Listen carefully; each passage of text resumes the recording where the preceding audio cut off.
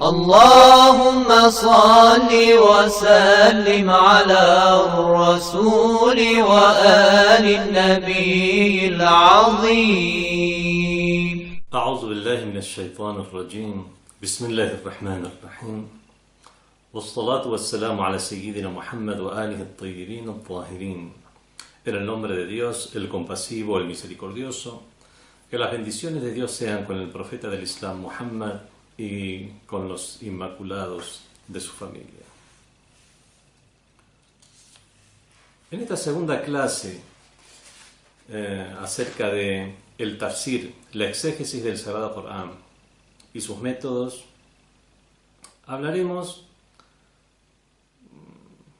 seguiremos hablando acerca de la terminología usada en el tafsir y hacer una clasificación de las mismas. Vamos a ver la diferencia que hay entre los fundamentos del tafsir, los principios del tafsir, las reglas del tafsir, los métodos del tafsir, las orientaciones del tafsir y también los estilos del tafsir. Esto es algo sobre lo cual este tipo de clasificaciones son de carácter contemporáneo.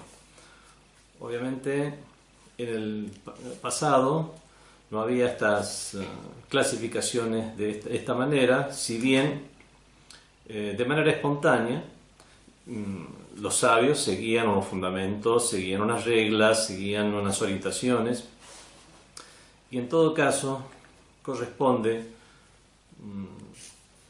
que hagamos una clasificación para llegar a comprender el por qué hay diferentes tafsires del Corán, hay diferentes exégesis del Sagrado Corán, y cómo, a pesar de ser tantas, nos beneficiamos de todas, puesto que cada una aporta de manera individual. Entre las terminologías diferentes que se usan, a veces se confunde una con otra. Generalmente neófitos, personas que no han profundizado tanto en lo que es la exégesis del Sagrado Corán y hacen un análisis muy superficial de lo que puede ser, de lo que significa la exégesis del Sagrado Corán, confunden entre los métodos, los fundamentos, las reglas, y es muy importante para una persona que realiza este tipo de estudios comprender la diferencia entre las mismas, puesto que de otra manera simplemente se estará llevando de su propio imaginario. Comencemos con la parte fundamental, con el cimiento de cualquier estudio, que son los fundamentos. ¿Cuáles son al-mabani? Al-mabani al-tafsiriyya, los fundamentos del tafsir. Consideramos que son mabani, que son fundamentos, todos aquellos postulados, todas aquellas creencias que uno ya tiene de antemano cuando aborda el estudio o se propone hacer esta explicación o exégesis del Sagrado Corán. Para dar un ejemplo, entre los postulados que una persona puede llegar a tener es la creencia en Dios, que lo cual obviamente en este tema es algo que poseen la mayoría de los exégetas del Sagrado Corán, y digo la mayoría porque hay explicaciones o exégesis, podemos llamarla exégesis del Sagrado Corán, que han intentado realizar algunos orientalistas, pero simplemente desde un punto de vista académico, siempre desde la erudición y no desde la vivencia. Por lo tanto, uno de los postulados es la creencia en Dios, uno de los postulados también es el uso de las determinadas materias que ya de determinadas materias de las ciencias islámicas, donde ya nos dan sus resultados para ser usados en la exégesis del Sagrado Corán. Y las consideramos ya los resultados de esa materia como postulados, resultados de la materia de la lógica, de la disciplina de la lógica, y así como de otras materias más. Podemos dividir a los fundamentos del tafsir en dos tipos. Primero consideramos que hay fundamentos relacionados al origen del Sagrado Corán. Bueno, y aquí ya me he referido a los orientalistas, que pueden no considerar que el Sagrado Corán proviene de una fuente divina. E incluso tenemos algunos pseudointelectuales contemporáneos que han tomado ideas del occidente sobre temas nuevos, modernos, que se han propuesto con respecto a la religión y a la espiritualidad. Y por ejemplo, hay una corriente surgida en el occidente, podemos decir antes de mediados del siglo pasado, antes de mediados del siglo XX, donde considera que no existió nunca una revelación directa, una conexión directa con la divinidad, sino que hubo personas a lo largo de los tiempos que tuvieron una experiencia espiritual. Y esta experiencia espiritual es algo muy íntimo, y en todo caso la forma de expresar esa experiencia espiritual es de diferentes maneras, y creen que, wal-'iyāzu billah, que el profeta del Islam tuvo una experiencia espiritual y la forma de manifestar esa experiencia es escribiendo él mismo el Sagrado Corán. Vemos que una persona que crea de esta manera no va a estar haciendo una exégesis de las palabras de Dios, va a estar haciendo una exégesis de las palabras del profeta, o de lo que él cree que son las palabras del profeta. En este caso, si es del Corán, la exégesis de las palabras de Muhammad ibn Abdullah sallallahu alaihi wa sallam. Veamos entonces que eso obviamente será un fundamento que influirá o en base a cual se escribirá o se planteará esa exégesis del Sagrado Corán.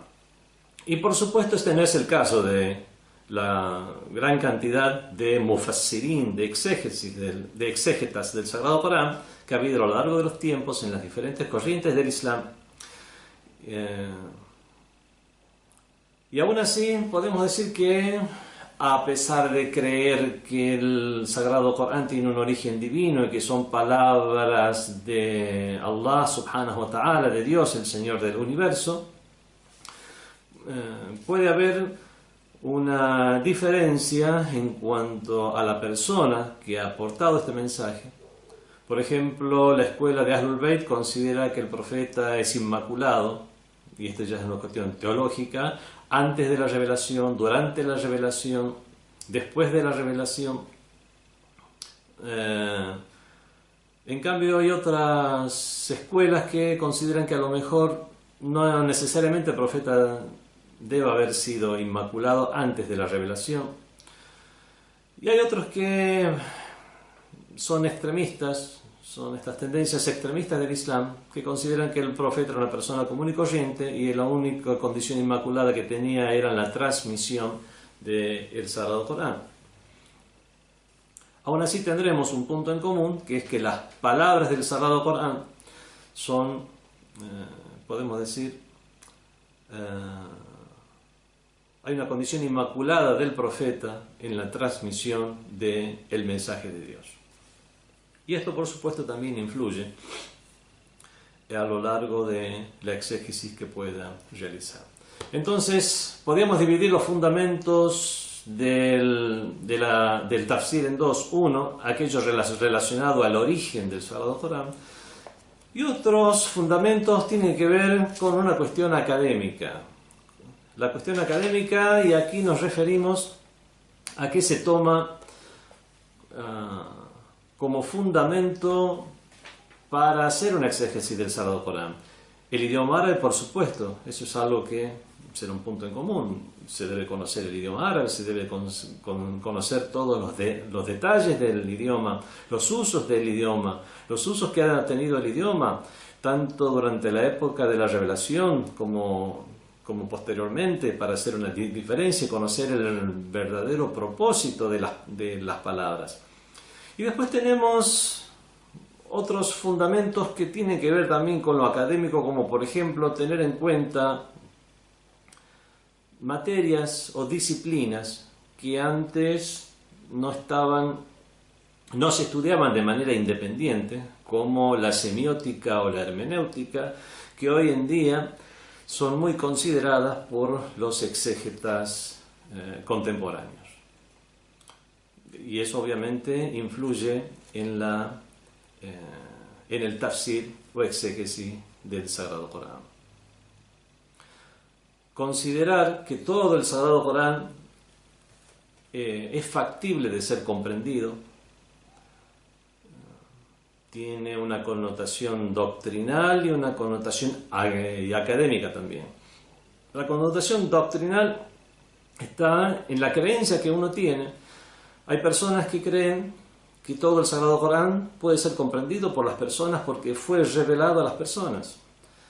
Y hay tendencias místicas que piensan que no todas las personas, es más, hay incluso asuntos que no pueden ser comprendidos de manera académica, sino que hay que tener una especie de conexión mística o develamiento gnóstico para poder llegar a comprender algunas realidades del Sagrado Corán. Esto también influye en la exégesis que se puede realizar del Sagrado Corán. Y esto lo vamos a considerar, estos son los fundamentos entonces. Hacemos una diferencia entonces entre lo que son los fundamentos y lo que son al-usul, los principios. Usul al-tafsir. Los principios del tafsir son esas cuestiones generales que vamos a tener en cuenta a lo largo de toda la acción de explicar el Sagrado Corán. Por ejemplo, conocer cuáles son los diferentes indicios. Los diferentes indicios, eso como las causas de la revelación, por ejemplo, para poder comprender mejor las aleyas del Sagrado Corán.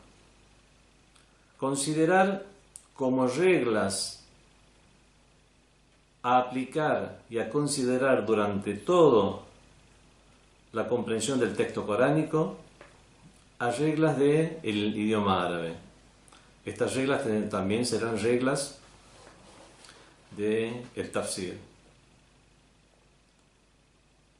Y asimismo, considerar que existen diferentes sentidos expresivos de las palabras. Hay reglas del idioma árabe, por ejemplo, que nos dicen que cuando algo sale de su situación natural, de su situación normal, es porque se quiere expresar algo. Por ejemplo, hay una regla que dice taqdimu ma haqquhu at-ta'khir yufidu al-hasr. Cuando en una frase se adelanta en el rol de la frase aquello que normalmente se debería trazar, esto indicaría el hasr, que aquí es la exclusividad. Por ejemplo, en la misma versículo de la sura al-Fatiha, la primera sura del Sagrado Corán, cuando decimos Iyyaka na'budu wa iyyaka nasta'in, la frase normal dicha en árabe es adoramos a Dios o te adoramos. Cuando nos dirigimos a Dios es na'buduka, decir el verbo y después el pronombre que aquí sería el objeto directo. Na'buduka, adoramos a ti, te adoramos es la traducción. Aquí anteponer el pronombre, decir Iyyaka na'budu, a ti adoramos, tiene obviamente una connotación que es la de la exclusividad. La traducción entonces correcta no es a ti adoramos. En lugar de decir adoramos a ti, te adoramos a ti te adoramos. No es simplemente cambiar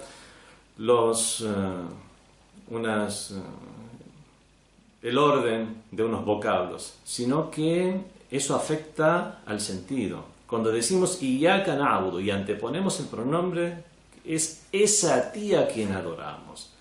Tiene un sentido de exclusividad. Por lo tanto, bien podría traducirse como solamente a ti adoramos.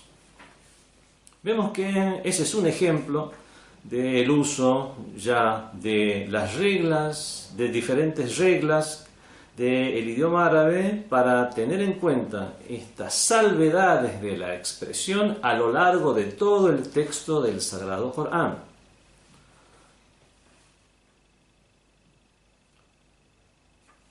Estos son los usul del tafsir, son los principios del tafsir, son principios a tener en cuenta en todo el Sagrado Corán. Vamos a comprender mejor lo que son los principios del Sagrado Corán o el usul cuando hablemos de el tercer término, que es el qawa'id o las normas o reglas. ¿Qué diferencia hay entre los principios del Sagrado Corán o las normas o reglas del Sagrado Corán? Las normas o reglas están para definir una situación individual donde se ha llegado, por ejemplo, o a dos caminos o no se puede avanzar.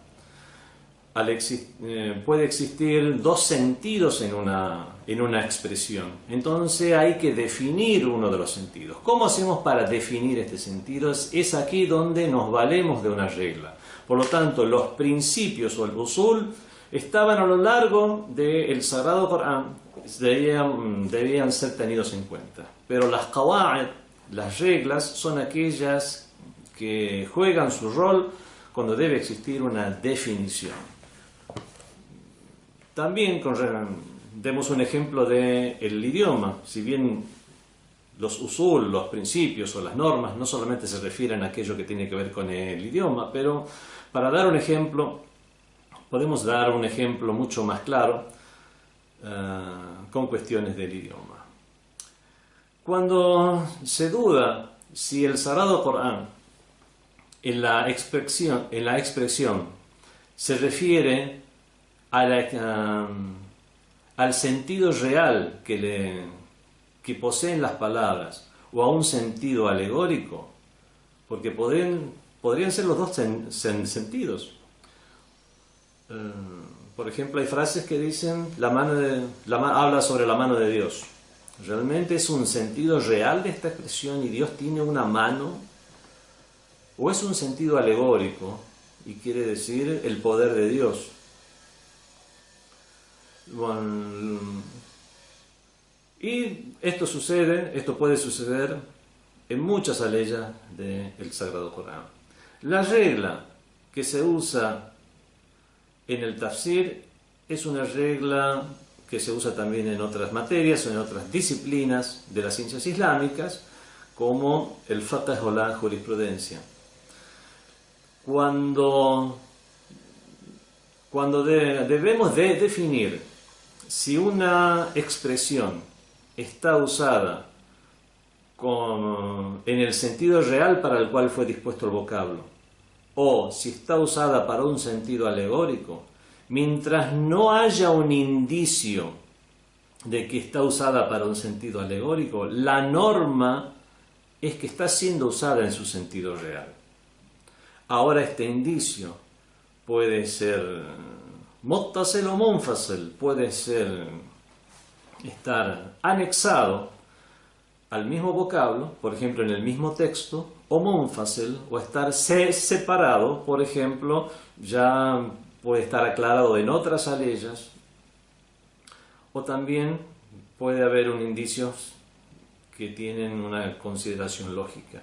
Por ejemplo, con respecto a Dios Todopoderoso, hay aleyas que nos dicen la tudrikuhul absar, no le alcanzan las miradas, la vista, la visión del ser humano, es imposible que pueda alcanzar a Dios. Él no es un cuerpo físico, no tiene una orientación. Él ha creado el lugar, Él ha creado el concepto de lugar, el concepto de tiempo, como para que Él se encuentre en una orientación.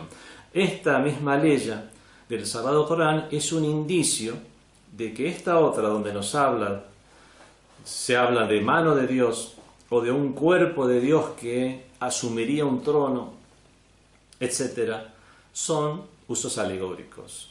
Si no, existiría una contradicción. Hay una ley que dice: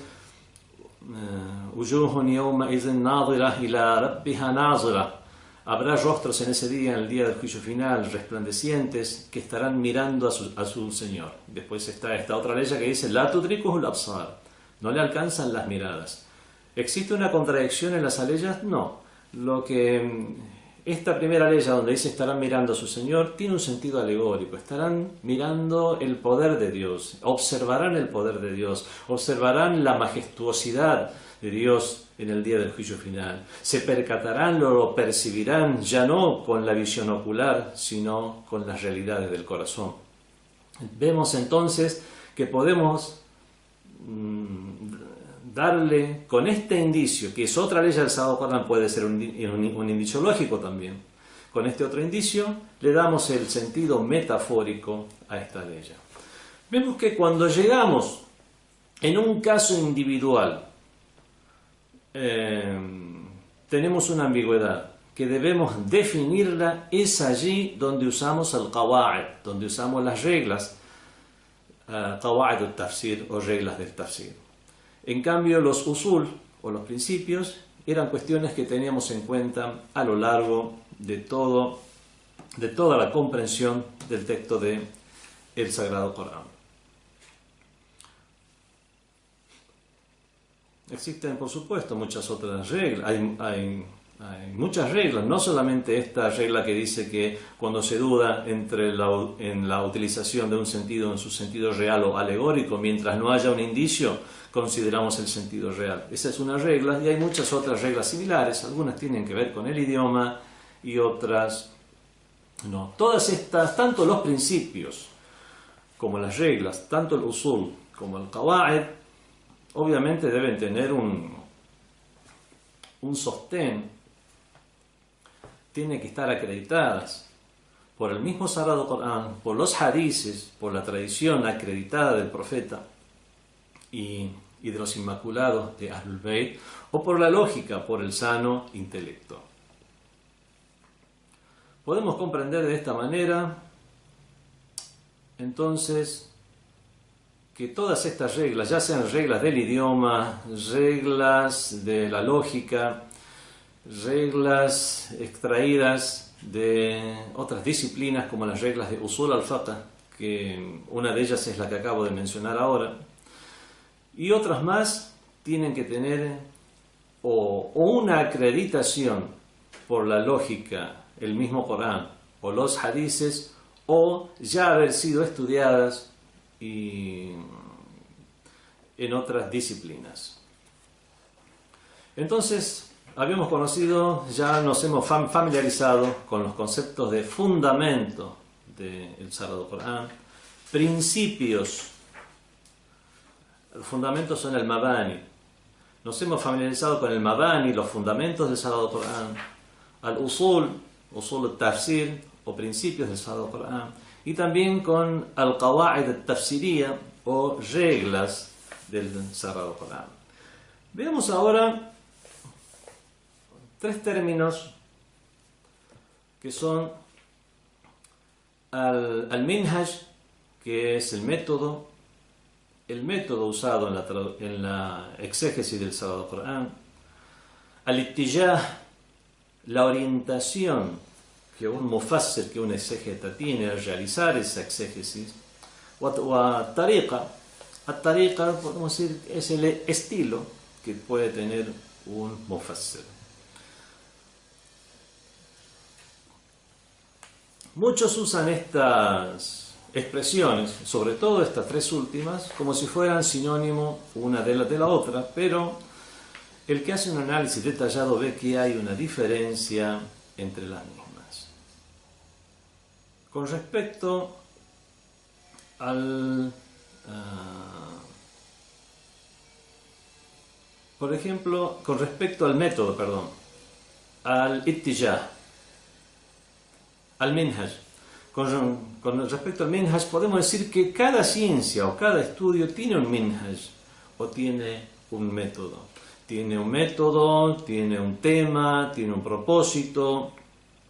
Y esto es algo que no ha sido ajeno a los mufassirin, a los exégetas del Sagrado Corán, quienes también han seguido diferentes métodos. Este método, obviamente,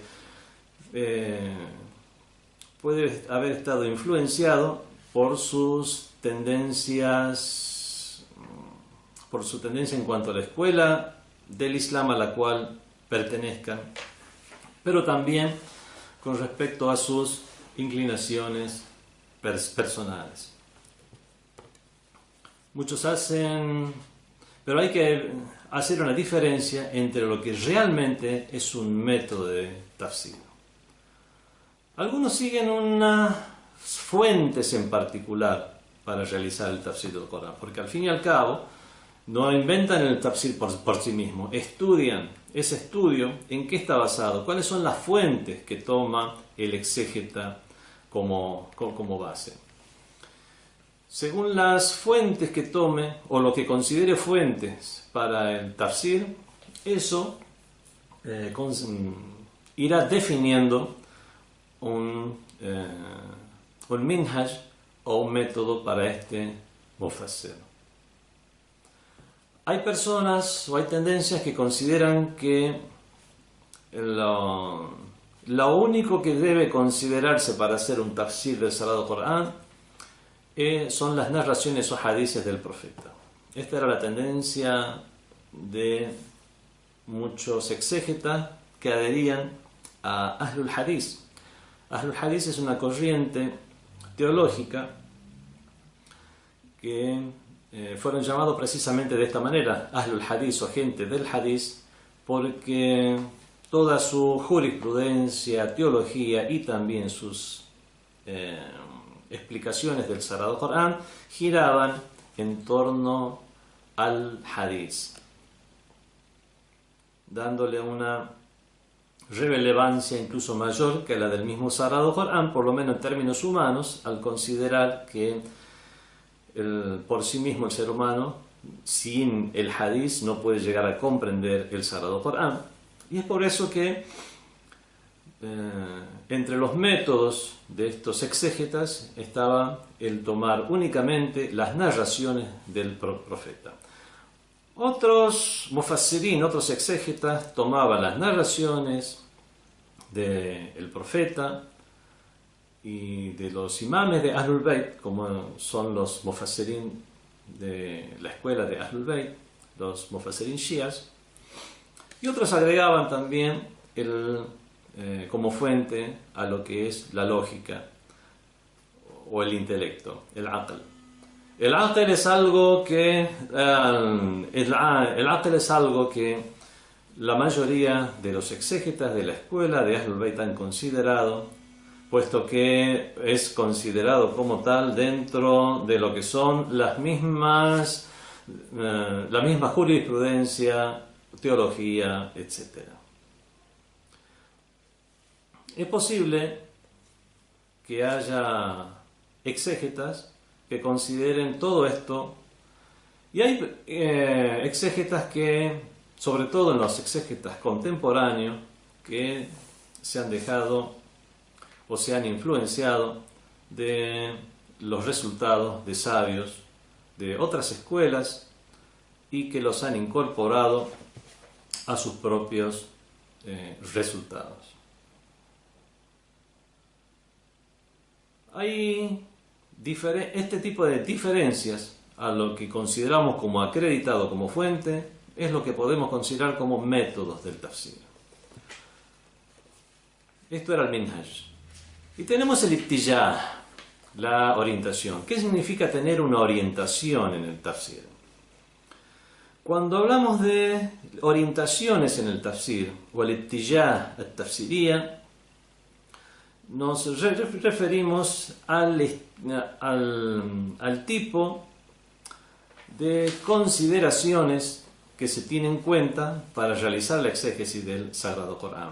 Y esas consideraciones dependen mucho de la formación ya del mufassir. Si es una persona que tiene únicamente estudios de religión, estará más restringido a lo que son las ciencias islámicas para llegar a sus conclusiones. Si hay otros sabios que, además de haber profundizado en las ciencias islámicas, también han tenido estudios de otro nivel, humanidades, por ejemplo, eso también le dará un tenor diferente a sus conclusiones. No estamos hablando de que se van a hacer contrapuestas, sino que van a ser conclusiones en otro sentido.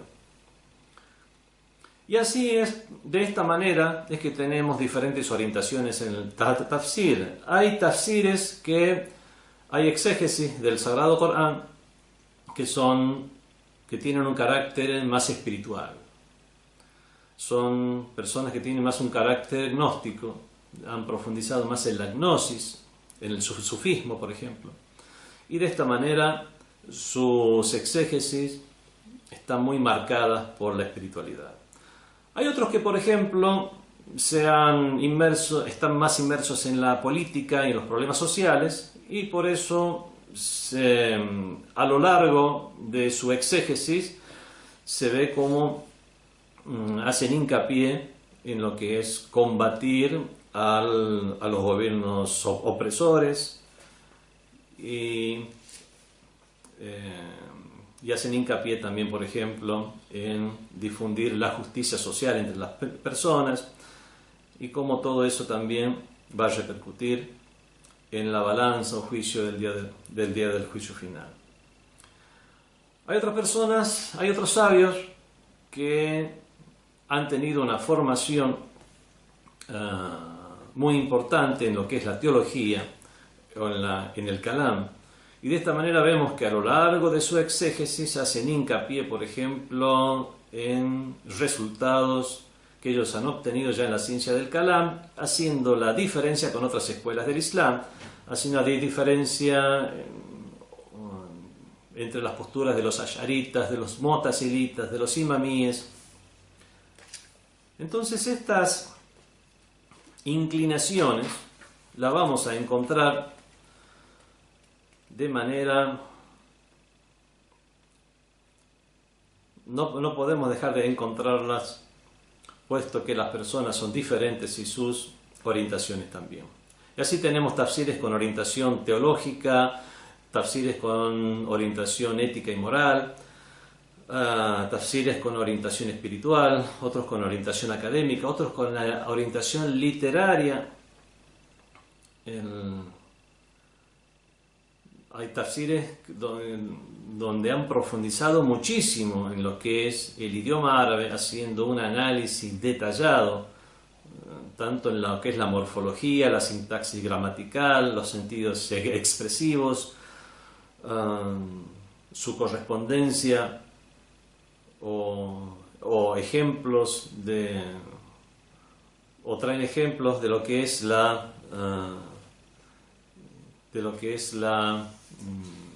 las mejores poesías de los poetas árabes y compararlas con las leyes del Sagrado Corán. Vemos que la tendencia literaria es algo que ha influido muchísimo en la exégesis de tal o cual persona. Y finalmente tenemos lo que es at-tariqa, o el estilo del tafsir. Este estilo se tiene en cuenta al interlocutor, a quien está dirigido el tafsir. Hay tafsir que está dirigido a académicos, hay tafsires que están hechos por sabios dirigidos a otros sabios. Por lo tanto, usan terminologías de las ciencias islámicas que debieran ser explicados en detalle para que sean comprendidos por los neófitos. Hay otros tafsires que están dirigidos a no musulmanes, por lo tanto se trata de no como se hace últimamente, se trata de no sobrecargar con expresiones propias de los musulmanes, lo cual haría que el texto sea de difícil comprensión para un no musulmán. Influye entonces el interlocutor y también influye el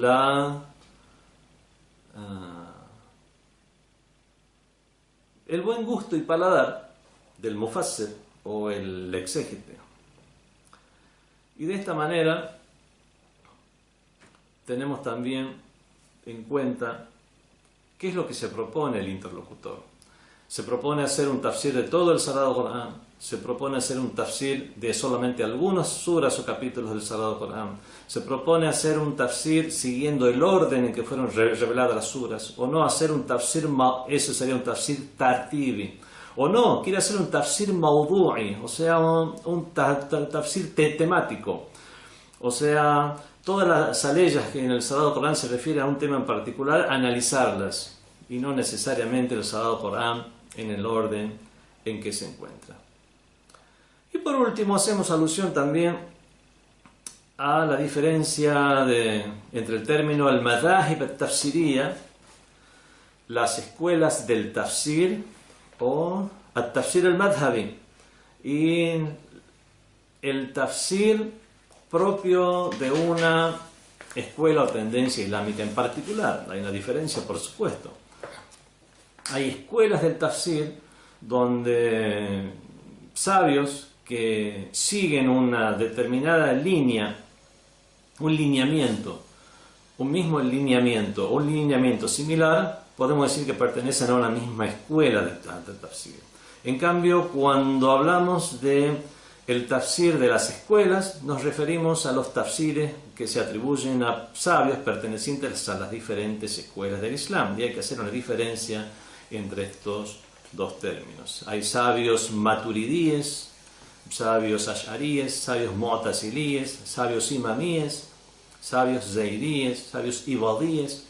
Todas estas son tendencias teológicas, y obviamente la tendencia teológica influye mucho en lo que es al exponer una exégesis del Sagrado Corán.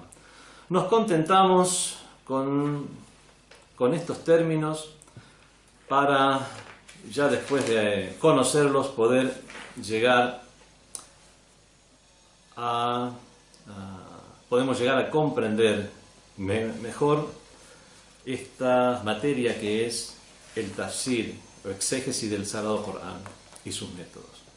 Wassalamu alaikum wa rahmatullahi wa barakatuh.